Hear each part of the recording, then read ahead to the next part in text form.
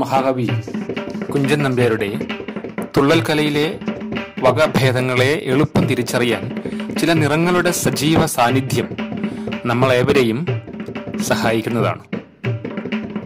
കുരുത്തോലയുടെ ഇളം മഞ്ഞ നിറം ആണ് ശീതങ്കൻ തുള്ളലിന്റെ അടയാള വർണ്ണം.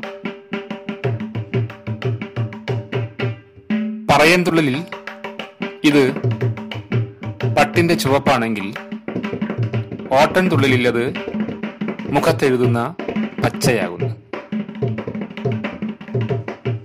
തുള്ളൽ പരിചയത്തിന്റെ മൂന്നാം ഭാഗത്തിൽ കുരുത്തോലയുടെ സാന്നിധ്യം കൊണ്ട് സവിശേഷമായ ശ്രദ്ധയാകർഷിക്കുന്ന ശീതങ്കൻ തുള്ളലിനെയാണ് നാം അടുത്തറിയുന്നത്. കുരുത്തോല വർണ്ണം ശീതങ്കൻ തുള്ളലിനെ മറ്റു തുള്ളലിൽ നിന്ന് എളുപ്പം തിരിച്ചറിയാൻ സഹായിക്കുന്ന ഒരു ഘടകമാണ്. ശീതങ്കനിൽ തോൾവള, കൈവള, കിരീടം, മാറിലെ മാല എന്നിവ കുരുത്തോലയാൽ നിർമ്മിതമാണ്.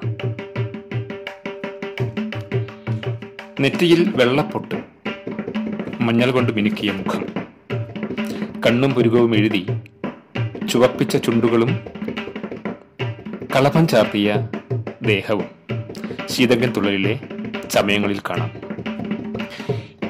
കൈപ്പടത്തിന്റെ അത്ര വീതിയുള്ള വെള്ളത്തുണി നീളത്തിൽ തുന്നിച്ചേർത്ത കച്ച ഞൊറിഞ്ഞെടുത്തുള്ള ഉടുത്തുകെട്ടും കാൽച്ചിലങ്കയും കറുത്ത തുണി കൊണ്ടുള്ള മുടിക്കെട്ട് അഥവാ കൊണ്ടകെട്ടും ശീതങ്കന്റെ വേഷ സംവിധാനമാണ്. ലാസ്യാംശത്തിന് പ്രാധാന്യമുള്ള ശീതങ്കൻ തുള്ളൽ പതിഞ്ഞ മട്ടിൽ കളിക്കുന്ന തുള്ളലാണ്.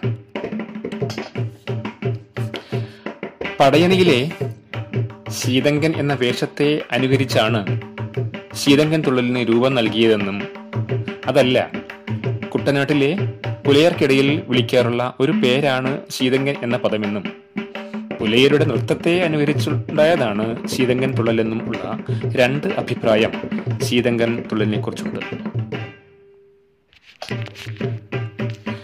40-ൽ അധികം തുള്ളൽ കൃതികൾ രചിച്ച കുഞ്ചൻ നമ്പ്യാരുടെ ആദ്യ രചനയായി കരുതപ്പെടുന്ന കല്യാണ സൗഗന്ധികം ശീതങ്കൻ തുള്ളൽ.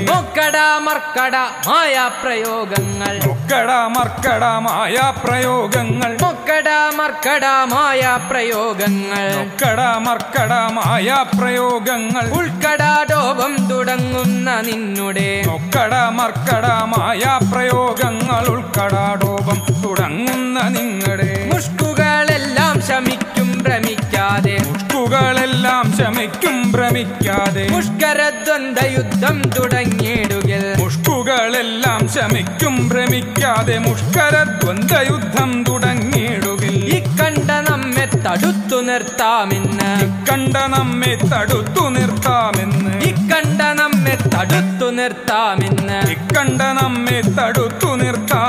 ധിക്കാരമല്ലയോ വാടാബലിമുഖ പുനന്മതിച്ചെന്നാൽ ഗോപുരം കുത്തുമോ വാനരന്മാരെന്തു കാട്ടുന്നു നമ്മോട്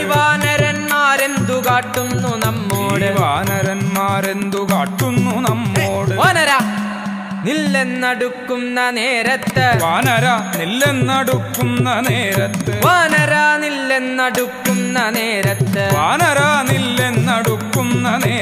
വാലൂമുയർത്തിപ്പറക്കും കുരങ്ങുകൾ. ശീതമെന്നാൽ തണുപ്പാണ്. തണുത്ത പതിഞ്ഞ മട്ടിലുള്ള കളിയും പാട്ടുമാണ് ശീതങ്കൻ തുള്ളലിൽ കാണുന്നത്. പറയൻ തുള്ളൽ പ്രഭാതത്തിലാണ് അരങ്ങേറുന്നതെങ്കിൽ ശീതങ്കൻ രാത്രിയിലാണ് അരങ്ങേറ്റം. കുഞ്ചൻ നമ്പ്യാരുടേതാണെന്ന് വിശ്വസിച്ചിരുന്ന പല തുള്ളൽ കൃതികളും അദ്ദേഹത്തിൻ്റെതല്ല എന്നതാണ് പണ്ഡിതമതം. നമ്പ്യാരുടെ ശീതങ്കൻ തുള്ളൽ കൃതികൾ ആണെന്ന് കരുതപ്പെടുന്ന തുള്ളൽ രചനകളെ ഒന്ന് പരിചയപ്പെടാം.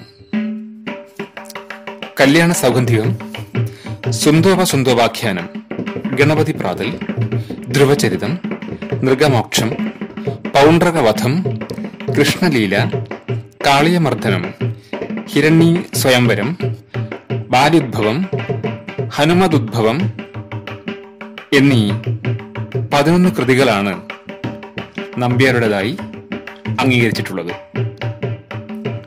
സാധാരണ മനുഷ്യരുടെ നിത്യജീവിതത്തിൽ നിറഞ്ഞു നിന്ന പ്രാകൃത ഭാവങ്ങൾ നമ്മുടെ സാഹിത്യത്തിൽ ഇടം നേടിയത് ആദ്യമായി കുഞ്ചൻ കൃതികളിലൂടെയാണ്. നന്ദി, നമസ്കാരം.